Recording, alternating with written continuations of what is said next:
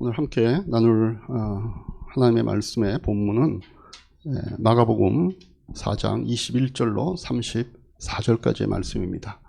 긴 말씀이어서 지난번처럼 우리가 필요한 부분만 좀 따서 읽도록 그렇게 하겠습니다. 21절, 22절, 23절, 33절, 34절 그렇게 5절 같이 읽겠습니다. 먼저 21절, 22절, 23절 우리 같이 합독하시겠습니다.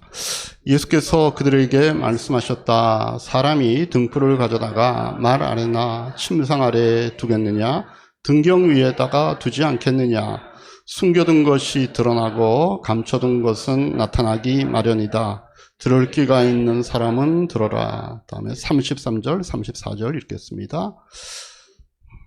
예수께서 그들이 알아들을 수 있는 정도로 이와 같은 많은 비유로 말씀을 전하셨다. 비유가 아니면 말씀하지 않으셨으나 제자들에게는 따로 모든 것을 설명해 주셨다. 네. 자, 우리 이 시간 말씀 나누기 전에 다시 한번 서로에게 하늘복으로 축복하시겠습니다. 하늘복 많이 받으십시오. 인사하십시오. 네, 하늘복 많이 받.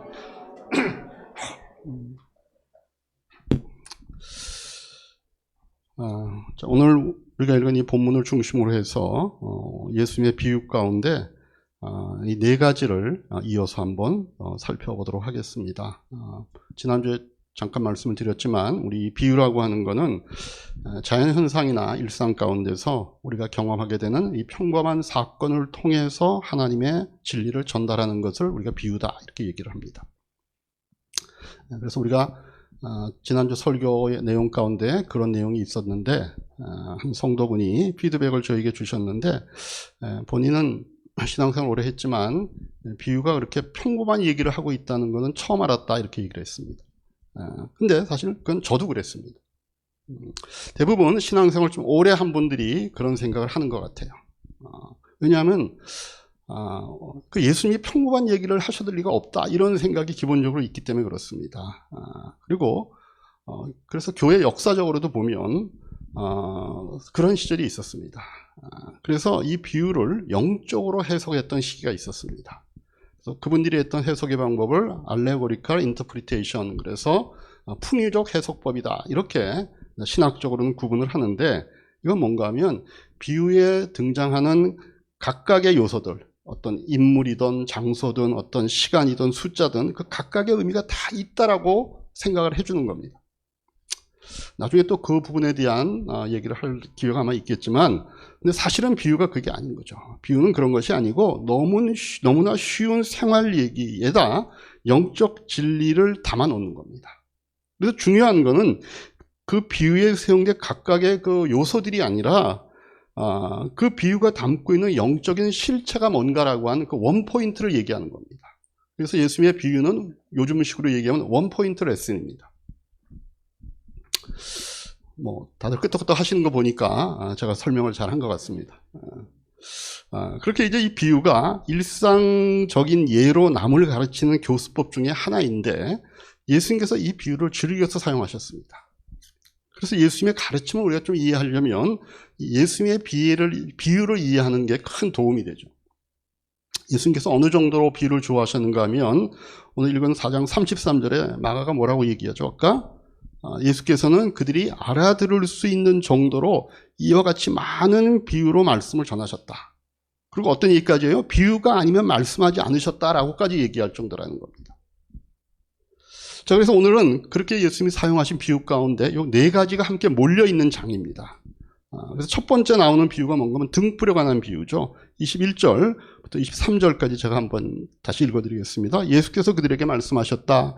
사람이 등불을 가져다가 말 아래나 등상 아래 두지 않겠느냐? 등경 위에다가 두지 않겠느냐? 침상 아래 두겠느냐? 등경 위에다 두지 않겠느냐? 숨겨둔 것은 드러나고 감춰둔 것은 나타나기 마련이다. 들을 귀가 있는 사람은 들어라. 이렇게 말씀하시죠. 역시 평범한 얘기입니다. 옛날 우리나라 같으면은요, 이 호롱불이라고 여러분들 아세요? 어디서 봤다고 생각을 하세요. 옛날 사극 같은 데 보면 나옵니다. 이렇게 호롱불, 기름으로 켜는 이런 불. 그거 생각이 안 나면 그냥 램프 같은 거 생각하십시오. 그걸 켜갖고 방을 비추기 위해서 킨 건데, 그걸 킨 다음에 그걸 방바닥에 놓던가 뿐만 아니라 거기다가 이렇게 뭔가 대박으로 그걸 덮어놓고 아니면 침대 밑에나 갖다 놓고 그런 법은 없다는 거죠. 불을 켰을 때는 밝히자고 킨 것이니까 가장 눈에 잘 띄는 높은 곳에다 그걸 올려놓지 않겠냐라고 하는 거예요. 그 얘기하는 거거든요. 너무 뻔한 얘기잖아요. 이거 모르는 사람 어디 있어요? 근데 이 뻔한 얘기를 했는데 예수님께서 이 얘기를 왜 하셨는가를 우리가 그 의미를 생각하자면 조금 알쏭달쏭하게 되는 겁니다. 거기 바로 비유의 멋인 거예요. 처음 들을 때는 너무나 평범하기 때문에 이게 무슨 얘기인지가 전혀 감이 잡히지 않고 알쏭달쏭하지만 그게 조금만 시간이 지나면 아 그게 그 얘기구나 라고 하고 무릎을 탁 치게 되는 이런 게 예수의 비유의 특징이라는 겁니다. 그래서 비유가 바로 이렇다라고 하는 그 비유의 특징을 염두에 두고 하신 비유가 바로 이겁니다. 그러니까 너희들이 지금 비유를 들을 때 그 당시에는 알쏭달쏭할지는 모르겠지만 조금만 시간이 지나면 무릎을 탁 치면서 그걸 깨달을 때가 올 것이다 라고 하는 그 말씀을 하시는 겁니다. 왜냐하면 비유라고 하는 것이요 하나님의 뜻을 가르쳐주기 위한 것으로 하는 거잖아요. 근데 그 뜻을 하나님이 우리에게 이해시켜 주시지 않으시면 이게 마치 방을 밝히려고 등불을 켜놓고는 켜놓은 그 등불을 뒷방 밑이나 침대 밑에 갖다 놓는 사람과 같지 않겠느냐라고 하는 거예요. 그래서 지금 예수님 하신 말씀이 뭔가 하면은 지금 너희는 뭔가 이게 뭘지? 이게 무슨 뜻이지? 이렇게 알쏭달쏭할지는 모르지만 그 염려하지 말라는 겁니다. 하나님께서 언젠가는 그 의미를 반드시 깨닫게 해줄 때가 온다 그런 뜻입니다. 이 비유가 그 얘기하는 거예요. 근데 이 얘기가 이 교훈이 오늘날도 성경을 읽고 있는 우리들에게도 적용이 된다는 거죠. 여러분이 성경 읽을 때 하나님께서 우리에게 주신 말씀이니까 우리가 이거 이해할 수 있다라고 하는 이런 전제하에 성경을 읽으셔야 됩니다. 하나님은 어떤 분이시고 우리를 향하신 하나님의 뜻이 무엇인가를 분명히 가르쳐주기 위해서 성경을 우리에게 주신 거잖아요.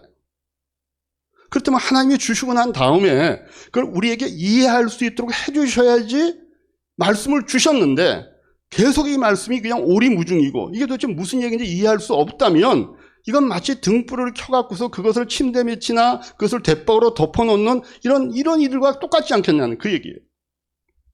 그래서 우리가 기도하고 성경을 읽으면 반드시 이해된다라고 하는 그런 가정하에 성경을 읽으셔야 됩니다. 그래서 그런 이해를 돕기 위해서 우리는 교회에서 아예 성경을 세 번역을 사용하잖아요. 그죠? 여러분들 개역성경 지금 이제 많은 교회에서 개역성경 보고 있고 또 세 번역을 보는 교회들도 있는데 가장 큰 차이는 뭔가 하면은 개역성경으로 성경을 읽으면 성경이 굉장히 어려워 보여요. 물론 경전으로서의 어떤 무게감은 있어요. 왜? 우리가 잘 모르니까. 그래야 사람들은 무게감이 있다고 생각하잖아. 근데 성경이 어려워서 우리가 이해를 못하는 게 아니라 사실은 번역이 어려운 겁니다.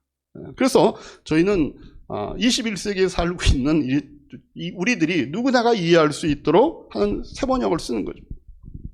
그래서 여러분들이 성경 읽으시다가 좀 잘 이해 못하고 조금 난해하고 조금 모순된 것 같은 것이 있으면 그냥 넘어가시면 됩니다. 나중에 언젠가 하나님이 이 부분도 가르쳐 주시겠지라고 하는 기대감을 갖고 넘어가시면 돼요. 여기 뭐 하고 갔냐면요. 학교에서 시험 칠 때, 윤수야 잘 들어. 여기서 지금 학교에서 시험 칠 때에 대해서 긴장할 사람은 너밖에 없다. 다 지금 학교 다 졸업한 사람들이니까. 자, 시험 문제가 10개가 났어. 그 첫 번째는 알겠어. 풀었어. 두 번째 풀었어. 세 번째 보니까 막히는 거예요. 그럼 우리 보통 어떻게 해요? 그러면 이런 사람이 있습니다. 시험 끝날 때까지 3번 붙잡고 있는 사람이 있어요. 이거는요, 조금 공부에 대해서 뭔가 잘못 배운 분들입니다. 3번에서 막히면 그냥 넘어가야죠. 쭉 풀다가 4, 5, 6 다 풀었어요. 8번에 또 막혔어요. 그럼 또 넘어가야죠. 시간이 나면 다시 와서 3번 푸는 거잖아요. 잘못하다가 3번에서 막혀도 뒷시험 다 망칠 수 있습니다. 제 얘기하는 겁니다. 제 얘기. 여러분 성경을 읽거나 신앙생활 하는 것도 마찬가지예요. 성경 읽다가 모르는 거 있으면 넘어가시면 돼요. 나중에 때가 되면 이해가 되겠지. 근데 어떤 분은 성경 구절 하나 붙잡고 그거 매달려가지고 진도가 안 나가는 거예요. 진도가 안 나가. 저희 집사람을 얘기하는 겁니다. 지난주 제가 설교 때 씨 뿌리는 비유했잖아요. 근데 제가 발음이 싹을, 근데 내가 자꾸 싹쓸이라고 얘기했다는 거예요. 저는 기억이 안 나요. 근데 저희 집사람은 씨 뿌리는 자의 비유니까 그런 단어가 많이 나왔던 것 같아. 근데 내가 처음에 그 단어를 싹을 이라고 해야 되는데 싹쓸이라고 한 다음부터 막혀가지고 그 다음부터 뭔 내가 설교를 했는지가 몰랐다는 거예요. 그걸 목장에서 얘기하는 거예요. 그래서 제가 이런 분들의 그 상황을 이해를 합니다. 그래서 그럼 넘어가면 돼요. 넘어가면. 그러려니. 그래서 여러분들 신앙생활 하다 보면요, 좀 의심스러운 부분도 있고 좀 말도 안 되는 것 같은 성경의 내용이 나온다 할지라도 그러려니 하고 넘어가시면 됩니다. 근데 어떤 분은 그거 하나 붙잡고 죽어도 이거 해결될 때가 내가 예수를 안 믿겠다 이렇게 버티는 분도 있거든요. 이런 분들이 이러다가 이단에 빠지기도 합니다. 이단에 가면 뭔가 가르쳐주는 것 같거든요. 가르쳐주는 것 같거든요. 가르쳐 잘해야 됩니다. 가르쳐주는 것 같거든요. 뭔가 새로운 해석이 있는 것 같거든요. 근데 아니에요. 기다리면은요, 우리가 얼마든지 교회 생활 가운데 스스로 답을 찾아가는 시기가 옵니다. 그래서 왜 그런가? 하나님께서 우리에게 가르쳐 주시기 위해서 말씀을 주셨는데 지금 때가 안 돼서 그렇지 언젠가는 때가 되면 내가 무릎을 탁 치면서 이 말씀이었구나를 깨달을 때가 온다는 얘기입니다. 그래서 여러분들 성경 읽을 때 그런 확신을 갖고 말씀을 읽으시길 바랍니다. 이게 바로 비유의 의미들. 오늘 이 비유의 의미. 근데 예수님께서 보시면 이 같은 비유를 놓고 청중이 달라질 때마다 이걸 반복해서 주셨던 경향이 좀 있는 것 같아요. 그래서 이 똑같은 비유를 다른 상황에 적용해서 약간 다른 교훈을 끌어내는 장면이 있습니다. 그게 뭔가 하면 같은 등불의 비유를 해놓고 그 얘기를 다른 말에 적용을 시킵니다. 마태복음에 가면 5장 15절에서 16절 말씀을 같이 한번 읽겠습니다. 또 사람이 등불을 켜서 말 안에 내어놓지 아니하고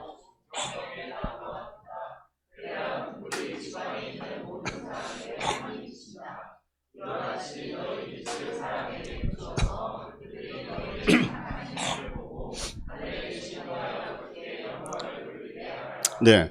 아까 또 같은 얘기잖아요. 그죠?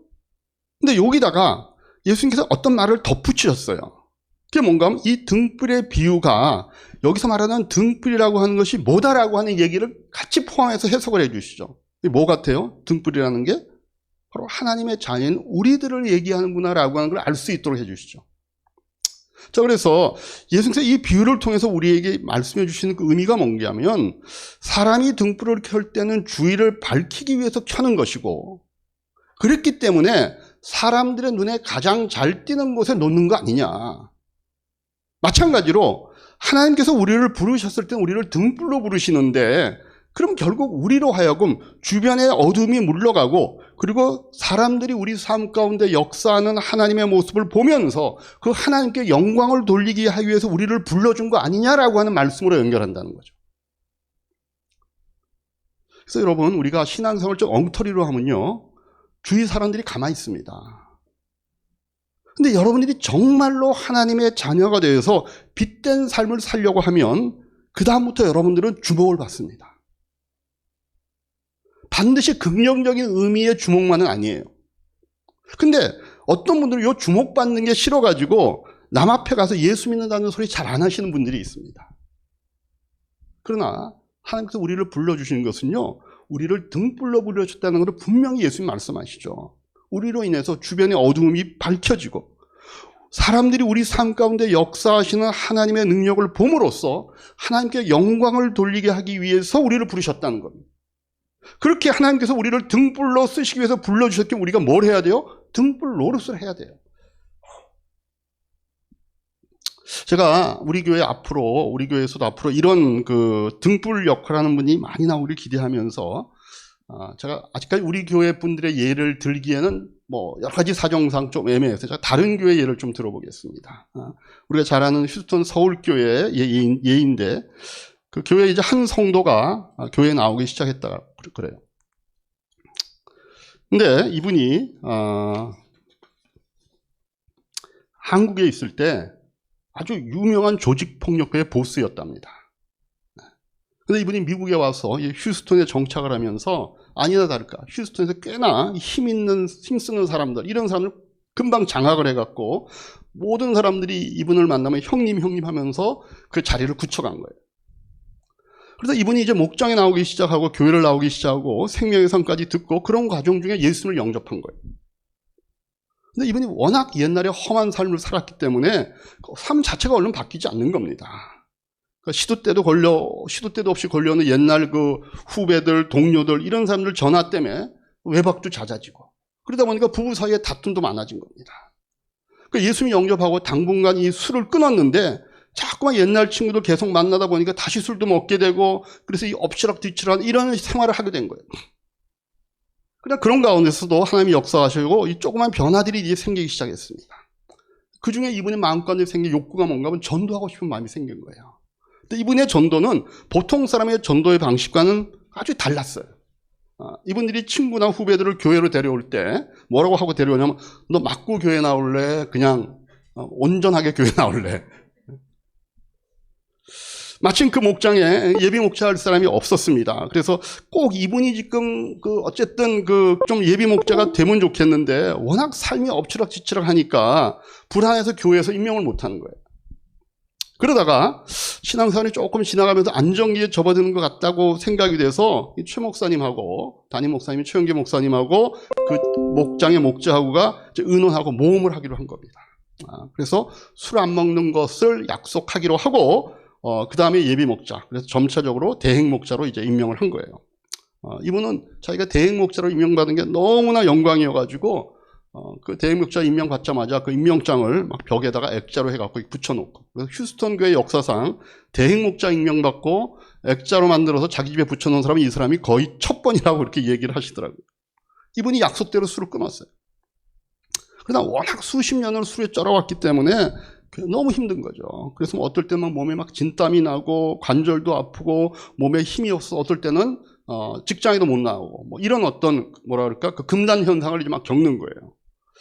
근데 어쨌든 주님의 사명을 이분이 알게 되고 주님의 제자가 됐으니까 뭔가 나름대로 애를 쓰니까 주변에 기뻐해 주는 사람도 많았지만 섭섭한 일도 생기기 시작하는 거예요. 옛날에 감히 그렇게 말조차 걸지 못했던 후배들이요, 이제 점점 기어오르기 시작하는 겁니다.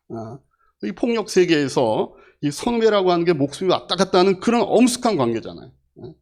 근데 이제 이분이 제자가 됐다 그러니까, 예수님의 제자가 됐다 그러니까 다 그 후배들의 태도가 달라집니다. 막 비아냥거리기도 하는 겁니다. 그래서 가게에 이렇게 찾아가면 아무개 뭐 전도사님 왔네 뭐 이러면서 막 놀리는 거예요. 이 형제는 휴스턴에 와서 살면서 용돈이 궁한 적이 없습니다. 정기적으로 술집과 가게를 돌아다니면 다들 용돈을 알아서 집어주고, 그러니까 전에는 이 형제가 그게 잘못됐다고 생각해 본 적이 없는 거예요. 근데 용돈 주는 가게와 술집들이 점점 줄어들기 시작하는 겁니다. 그래서 어느 날 술집 하나를 찾아간 거예요.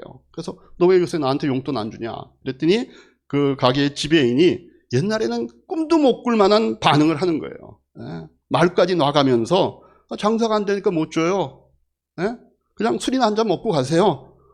막 속에 막 열불이 받치는 거예요. 근데 마침 그때 옛날 자기 후배가 거의 마침 온 거예요. 그래서 이렇게 얘기를 나눈 가운데 후배가 아주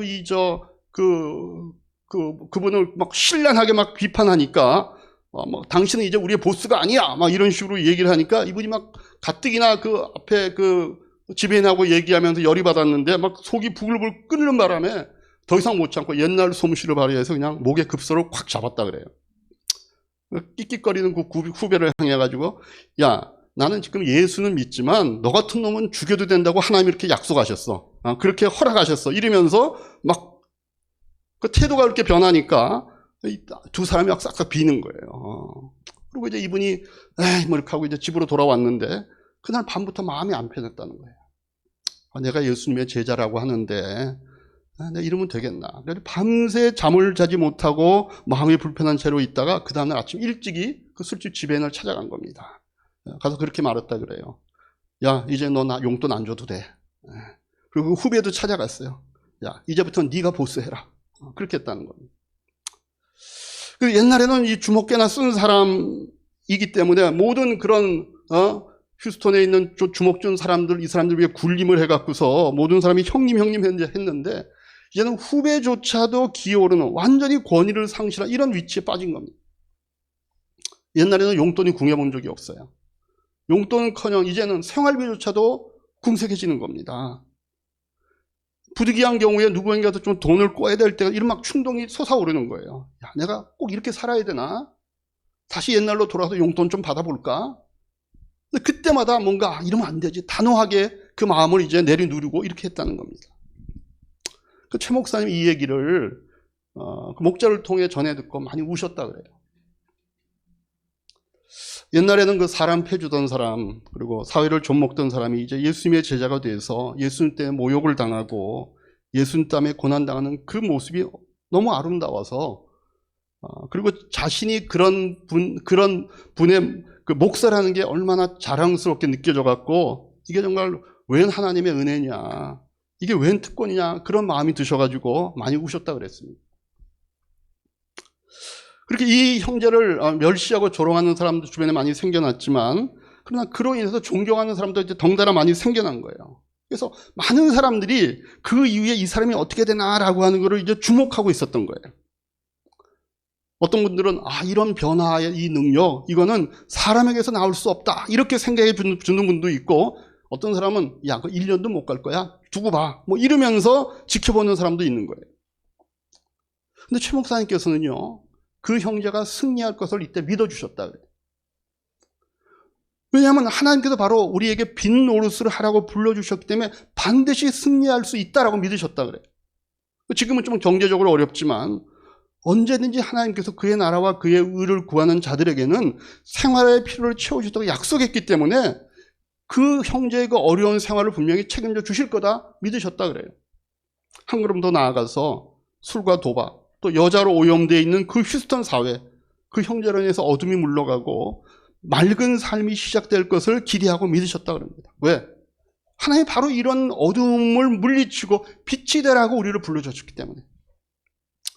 결국 이분이 나중에 이제 목자가 되어서 그 목자가 있는 목장의 이름이 마침 그때 한국에서 유행했던 그 드라마가 야인시대라고 한 게 있었거든요. 김두한의 일대를 그린. 그래서 그 목장의 별명이 목자의 성향을 따서 야인시대 목장이다, 이렇게 이름을 붙였다 그럽니다. 그러면 근데 우리도 마찬가지인 것 같아요. 하나님께서 우리를 불러주실 때 왜 불러주셨는가? 너무 세상이 캄캄하기 때문에 우리를 불러서 우리를 빛으로 삼아서 거기를 비추기 위해서 우리를 부르신 거잖아요. 그래서 사람들이 우리를 통해 나오는 그 빛을 보고서 저건 사람에게서 나올 수 없는 빛인데, 저건 하나님으로부터 밖에 나올 수 없는 빛인데, 그래서 하나님께 영광이 돌려질 수 있도록 그걸 위해서 하나님이 우리를 부르셨다는 얘기를 예수님이 하시는 거죠.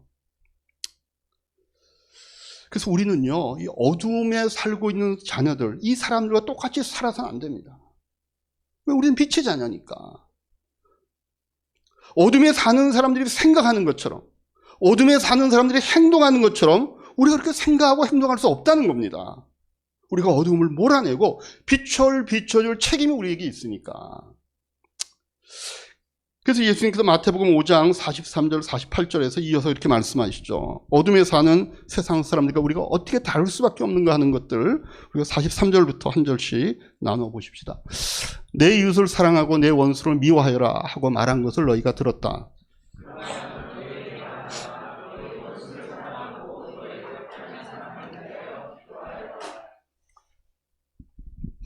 그래야만 너희가 하늘에 계신 너희 아버지의 자녀가 될 것이다. 아버지께서는 악한 사람에게나 선한 사람에게나 똑같이 해를 떠오르게 하시고 의로운 사람에게나 불의한 사람에게나 똑같이 비를 내려주신다.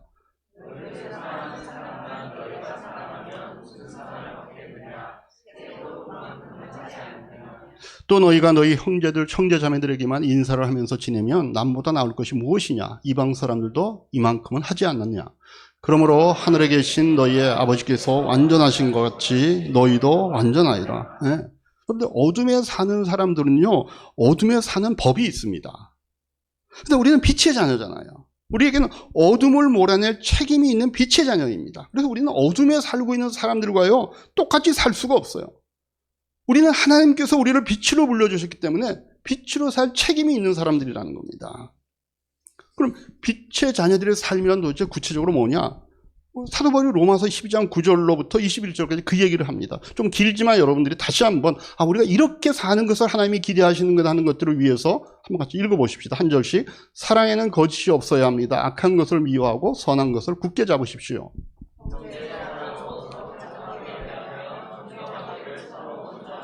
열심을 내어서 부지런히 일하며 성령으로 뜨거워진 마음을 가지고 주님을 섬기십시오.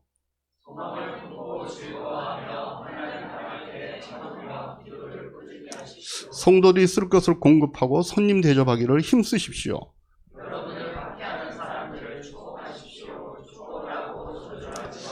기뻐하는 사람들과 함께 기뻐하고 우는 사람들과 함께 우십시오.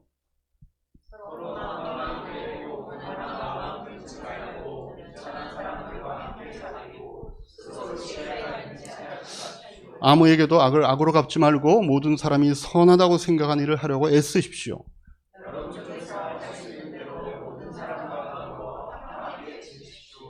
사랑하는 여러분은 스스로 원수를 갚지 말고 그 일은 하나님의 진노하심에 맡기십시오. 성경에도 이르기를 원수 갚는 것은 내가 할 일이 내가 갚겠다고 주님께서 말씀하신다 하셨습니다.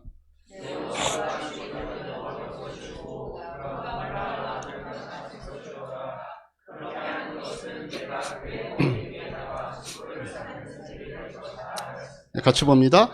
악에게 지지 말고 선으로 악으로 이기십시오. 네, 이게 주님께서 우리가 살기를 원하는 빛의 삶의 예들입니다. 이기심, 탐욕, 죄악과 부패와 무의미로 깜깜해진 이 세상 가운데서 우리를 빛으로 비추라고, 하나님의 빛 되심을 보이라고, 그래서 어둠을 몰아내라고 우리를 부르셨다는 것. 이 빛은 우리에게서 나오지 않습니다. 왜냐하면 우리가 해가 아니잖아. 우리는 달이잖아요. 스스로 빛을 내는 해가 아니라 햇빛을 받아서 반사하는 달입니다. 그렇기 때문에 우리를 통해서 나오는 그 빛을 보고 우리를 향해서 사람들이 찬양을 돌리는 것이 아니라 하나님께 영광을 돌리게 하라라. 그래서 우리는 달같이 살라는 겁니다. 그렇게 우리는 세상 사람과 달라야 됩니다. 다르다 보면요, 손해보는 것 같은 느낌도 있고, 다르다 보면 좀 이렇게 비아냥과 조소를 받을 때도 있습니다. 그러나 우리의 부르심이 그런 어두움을 비추는 빛이 되라고 부름을 받은 거잖아요. 저는 우리 말씀의 근거에서 사랑하는 우리 이야기회 성도님들은 하나님의 빛이 돼서 하나님께 큰 영광을 돌리는 그런 분들 되시기를 간절히 주님의 이름으로 축원합니다. 두 번째 비유가 있습니다. 지난주에 제가 언급을 했던 빈익빈 부의 비유. 24절, 25절에 예수님께서 그렇게 얘기하시죠. 한번 같이 읽겠습니다. 예수께서 그들에게 말씀하셨다. 너희는 새겨들어라. 너희가 되질하여 주는 만큼 너희에게 되질하여 주실 것이요 덤으로 더 주실 것이다. 가진 사람은 더 받을 것이요 가지지 못한 사람은 그 가진 것마저 빼앗길 것이다. 네. 여기서 예수님이 하신 말씀이 뭘까요? 우리가 하나님께 받기를 원하잖아요. 축복도 받기를 원하고 은혜도 받기를 원하고 그런 마음이 있는데 하나님께 얼마를 받느냐라고 하는 그 기준이 뭔가 하면 우리가 얼마나 주는가에 비례한다는 얘기입니다. 그러면 세상 사람들은요 그렇게 살지 않습니다. 풍요를 누리기 위해서, 소유하기 위해서는 어떻게 해요? 움켜잡죠. 그러나 하나님이 우리에게 주시려 하는 풍요의 방법은 그게 아니라는 겁니다. 하나님이 원하시는 방법은 우리가 흩어지고 나누어져서 하나님께서 계속해서 우리의 그 부분을 채워줄 수 있도록, 그리고 그냥 채워주는 것이 아니라 덤으로 채워주셔서 풍요해지도록 하는 것이 하나님의 방법이라는 겁니다. 그래서 잠언 11장 25절에서 뭐라고 얘기해요? 같이 읽습니다. 남에게 베풀기를 좋아하는 사람이 부유해지고 남에게 맛있는 물을 주면 자신도 갈증을 면한다. 네. 그러니까 하나님께 뭔가를 받는 방법은요 우리가 주는 겁니다. 그러면 왜 이럴까요? 하나님은요 빚지기를 싫어하시는 분이십니다. 그래서 하나님께 우리가 드리면, 우리가 주님을 위해서 이웃을 사랑하기 때문에 그 이웃을 위해 쓰면 하나님 뭐라 그러시냐면 너희가 되어서 주는 것만큼 너희에게서 되어서 주실 것이고 플러스 덤으로 더 주신다라고 하는 약속을 하시는 거죠. 왜? 하나님은 절대로 빚지는 걸 원치 않으셔요. 받은 것대로 하나님 그래 나 잘 받았어 그렇게 계시지 않고 그것만큼 주실 뿐만 아니라 채워서 덤으로 더 주시기까지 하는 분이 하나님이라는 거죠. 여러분들 그 한국 기업 가운데 우리는 크리스찬 기업이다라고 내세우는 그 기업들이 몇 있습니다. 그러니까 저희가 막 그 자랐던 청년 시절에는 그 기업이 이랜드였어요. 근데 지금은 이제 이랜드가 약간 우리가 보기에 꼭 그렇지는 않다라고 하는 그런 평가도 하는데, 요즘 이제 그렇게 인정받는 기업이 애텀이라고 하는 기업이 있습니다. 이 네트워크 마케팅을 하는 기업이긴 한데, 이 기업이 처음에는 기업의 창업자인 분도 아이 학교를 못 갔대요. 부모님 오라 그러면. 왜냐하면 네 아버지 있잖아요, 영화에 네 아버지 뭐 하시노? 그런데 우리 아버지 뭐 네트워크 판매 이런 거 한다라고 하는 말을 듣는 게 부끄러워서 학교에도 못 찾아갔다 그럽니다. 근데 이 기업이 어쨌든 그 직접 판매 방식으로 사업을 착실히 해서 기업을 잘 읽어서 지금은 현재 한국 내에서 아주 건실한 기업으로 인정을 받고 있습니다. 증거 중에 하나가 뭔가 하면 기부를 굉장히 많이 합니다. 모든 교육기관들 또는 어떤 그 사회 공헌을 위해서. 그래서 우리나라에서 작년에 이르기까지 아주 큰 대기업 빼놓고는 이 기업이 낸 그 기부금이 가장 많다 그래요. 거의 뭐 컴패션 같은 그 아동들을 돕는 거기에는 거의 300억 원 이상, 300억 원 이상. 그리고 사회 공헌으로 낸 기부금들은 지난해 통계는 아니라 그러는데 뭐 1,000억 원 이상. 이분들이 갖고 있는 철학이 뭔가 하면 부는 쌓아두는 것이 아니라 이게 축복의 통로가 돼서 다시 흘려보낸다라고 하는 철학이 있기 때문에 그럽니다. 그 기업이 있는 곳이 공주시인데, 그 공주시에서 내는 그 모든 세금의 3분의 2 정도를 이 기업에서 낸다 그래요. 한 도시를 살려 먹이는 겁니다. 갖고 있는 것이 그분들이 생각이 뭔가 우리가 하나님의 기업이 되어야 한다라고 하는 그런 마인드가 있어서 그런 겁니다. 그러니까 세상에서 하는 기업들도 물론 많이 기부하지만 예수 믿는 사람들이 누군가를 돕고 섬기는 일들이 사실은 훨씬 뛰어나거든요. 근데 그런 것들을 잘하는 그런 기업들, 잘 보여주는 기업들이 사실은 많아야 되는데 뭐 다 숨어서 해서 그렇지 잘 드러나진 않아요. 근데 그런 기업들이 많아지는 것들이 사실은 지금 이 하나님의 방법을 우리가 따르는 겁니다.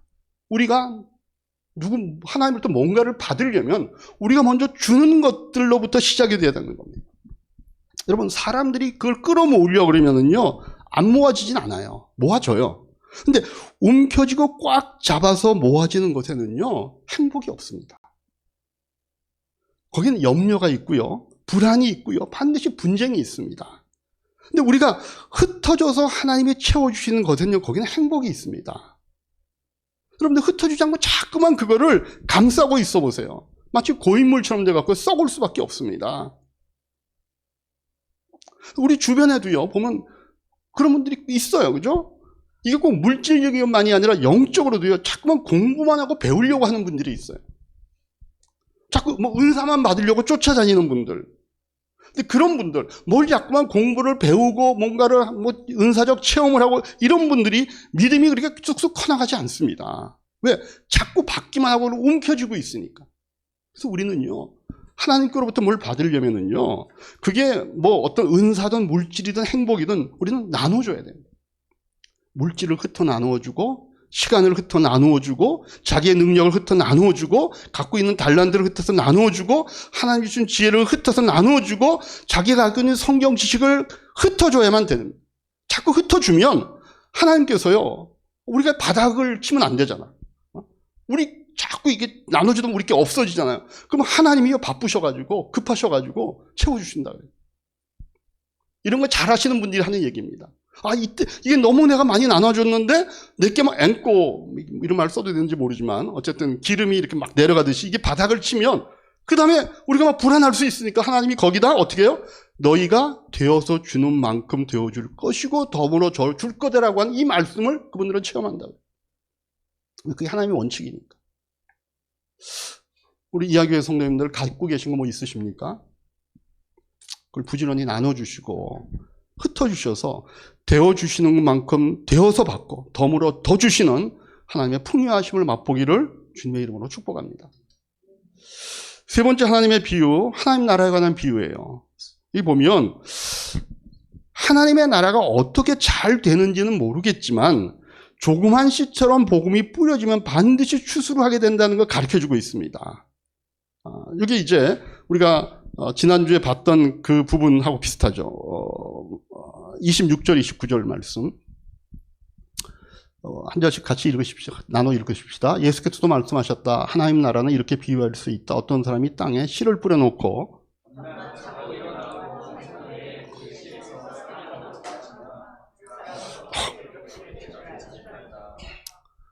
땅이 저절로 열매를 맺게 하는데 처음에는 싹을 내고, 맞나? 싹을 내고, 그 다음에는 이삭을 내고, 또 그 다음에는 이삭의 알찬 나닷을 낸다. 열매가 익으면 곧 낫을 댄다. 추수 때가 왔기 때문이다. 이렇게. 그러니까 이게 지난주에 본 것과 같은 내용이잖아요. 그죠? 씨 뿌린 자의 비유에서처럼 뿌려진 씨가 어떻게 열매를 맺는지 우리 몰라요. 근데 어느 날 거기서 30배, 6배, 100배 열매가 맺히는 그런 땅을 만나면 그 씨가 그렇게 열매를 맺는다는 겁니다. 하나님의 나라가 어떻게 열매를 맺는지 우리가 몰라요. 그러나 열매 맺지 못하는 법은 없게 된다라고 하는 비유를 예수님이 또 다른 식으로 해주시는 거죠. 자, 네 번째 비유 봅니다. 네 번째 비유. 자, 하나님 나라가 이렇게 그래서 조그맣게 처음에는 심겨진 씨처럼 시작을 해요. 근데 이게 반드시 창대하게 될 거라고 하는 말씀을 이 비유로 하십니다. 30절부터 32절까지 우리 같이 합독하십니다. 예수께서 또 말씀하셨다. 우리가 하나님의 나라를 어떻게 비길까? 또는 무엇으로 그것을 나타낼까? 겨자씨와 같으니 그것은 땅에 심을 때에 세상에는 어떤 씨보다도 더 작다. 그러나 심고 나면 자라서 어떤 풀보다 더 큰 가지를 뻗어 공중의 새들이 그 그늘에 깃들일 수 있게 된다. 예. 딴 거 볼 필요 없이 우리가 기독교 역사를 보면 정말 이 예수님이 하신 말씀들이 되었다는 걸 알 수 있습니다. 우리 교회 하나님의 나라는요, 저 팔레스타인 저 지방에 있는 그 11명의 정규교육도 제대로 받지 못하는 이 사람들로 인해서 시작이 됐잖아요. 그렇게 작게 시작된 그 하나님의 나라가 이제는 그 영역을 온 세계로 펼쳐서 이게 지구 반대편에 있는 우리들에게까지 그것이 전해져서 우리도 지금 그 나라가 무엇인지를 알고 그 나라의 백성이 되어서 우리가 지금 신앙생활을 하고 있잖아요. 그래서 기독교 역사를 보면요, 이 기독교가 어떻게 자랐는지 설명할 요소들이 사실은 굉장히 애매합니다. 농부가 씨를 뿌리지만 그 씨가 어떻게 자랐는지를 모르는 것과 마찬가지로 우리가 이해할 수 없는 그런 과정을 거쳐서 기독교는 사실은 커왔어요. 기독교가 왜 이렇게 커졌는지요, 설명이 안 되는 종교 중에 하나입니다. 다른 종교는요, 이해가 되는 부분이 있어. 이슬람교처럼 우리가 폭력을 씁니까? 아닙니다. 근데 이슬람은 정치와 종교가 같이 가니까 클 수 있는 겁니다. 불교처럼 처음부터 상류 사계를 파고 들었나요? 기독교는 그렇지 않았습니다. 예수님의 제자들을 보듯이 그냥 별일 없는 사람들입니다. 아니면 유교처럼 누가 들어도 납득하고 수용될 수 있는 도덕적인 가르침을 줬습니까? 아니죠. 성경에 보면요, 뭐 이런 얘기가 다 있으라고 얘기할 만처럼 비도덕적인 사건들도 많이 들어가 있습니다. 오히려 예수 믿지 않으면 구원할 수 없다는 배타적인 메시지를 복음의 메시지로 전했습니다. 이게 성장할 이유가 안 되는 겁니다. 그것뿐만 아니라 기독교 자체의 역사도 보면요, 얼마나 많은 교회의 부패가 있었고 얼마나 많은 분열이 있었습니까? 그런데도 교회가 이렇게 컸다는 것은요, 하나님의 나라가 지금처럼 전 세계에 영향을 미칠 수 있다는 건요, 이게 설명이 안 되는 겁니다. 마치 조그만 겨자씨가 큰 나무를 이루듯이 저 팔레스타인 그 지방에서 무지랭이 같은 11명의 그 부족한 사람도 시작한 하나님의 나라가 세계를 덮는 이런 위대한 역사를 이룰 수 있었던 것은 이유가 하나입니다. 하나님 때문에 그러신 겁니다. 하나님 때문에 그렇게 된 거죠. 저는요, 그래서 우리가 오늘 들은 이 말씀대로 우리가 하나님의 말씀에 순종해서 살면 기독교가 커듯이 우리 교회도 그렇게 부흥할 것을 저는 믿습니다. 왜? 동일한 하나님이 계시잖아요. 하나님이 전지전능하신 하나님이시고 약속의 하나님이시기 때문에 하나님이 시작하시면 반드시 끝을 내시는, 절대로 중간에 포기하지 않습니다. 물론 중간에 엎치락뒤치락 하죠. 그러나 반드시 승리할 것임을 우리는 하나님을 믿기 때문에 그 약속을 믿는 겁니다. 그래서 여러분들, 우리가 할 일은 하나입니다. 이게 하나님의 뜻이 분명하다면 우리 교회가 하나님의 뜻에 맞는 길로 가고 있고 하나님의 뜻을 우리가 정말 기대하고 하나님의 말씀대로 살기를 원하면 우리는 그 씨를 뿌려야 돼요. 그러면 언젠가는 열매가 맺겠죠.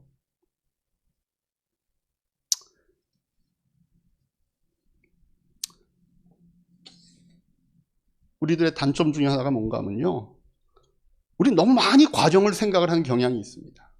특별히 유능하고 똑똑한 분일수록 그런 과정에 대해서 집착을 합니다. 전체적인 그림이 자기 머릿속에 완성이 안 되면 아예 시작을 안 하는 분들이 있습니다.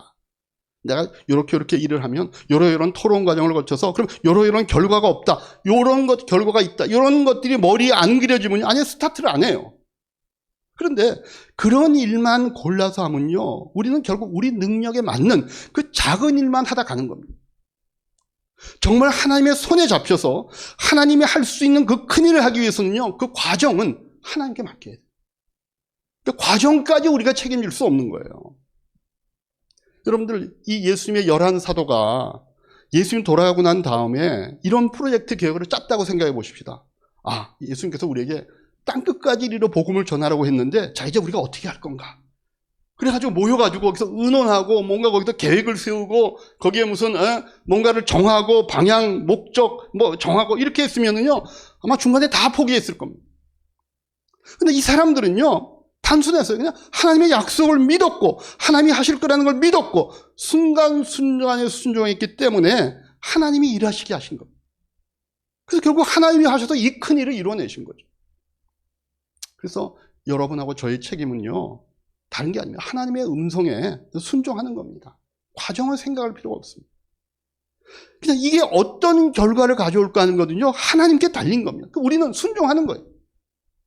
그렇게 순종해서 씨를 뿌리면 하나님께서 반드시 열매를 맺고 추수하게 해주겠다는 사실을 약속하시니까.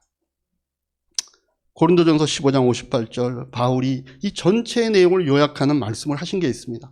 그 말씀 같이 읽고 오늘 설교를 마무리 짓겠습니다. 같이 읽겠습니다. 그러므로 나의 사랑하는 형제자매 여러분, 굳게 서서 흔들리지 말고 주님의 일을 더욱더 많이 하십시오. 여러분이 아는 대로 여러분의 수고가 주님 안에서 헛되지 않을 것입니다. 이 말씀이 우리 이하교회 모든 성도들의 이야기가 되기를 주님의 이름으로 축복합니다. 들으신 말씀 생각하면서 이 시간 내가 뭘 하나님 앞에 감사할지, 뭘 회개할지, 뭘 또 붙잡고 이 한 주간 살아갈지 하나님이 주신 음성을 여러분들이 물어보시고 그 내용을 꼭 노트하셨다가 여러분들 목장 모임 개인 기도 시간에 다시 한번 확인하시기 바랍니다. 1분 정도 노트할 수 있는 시간 드립니다.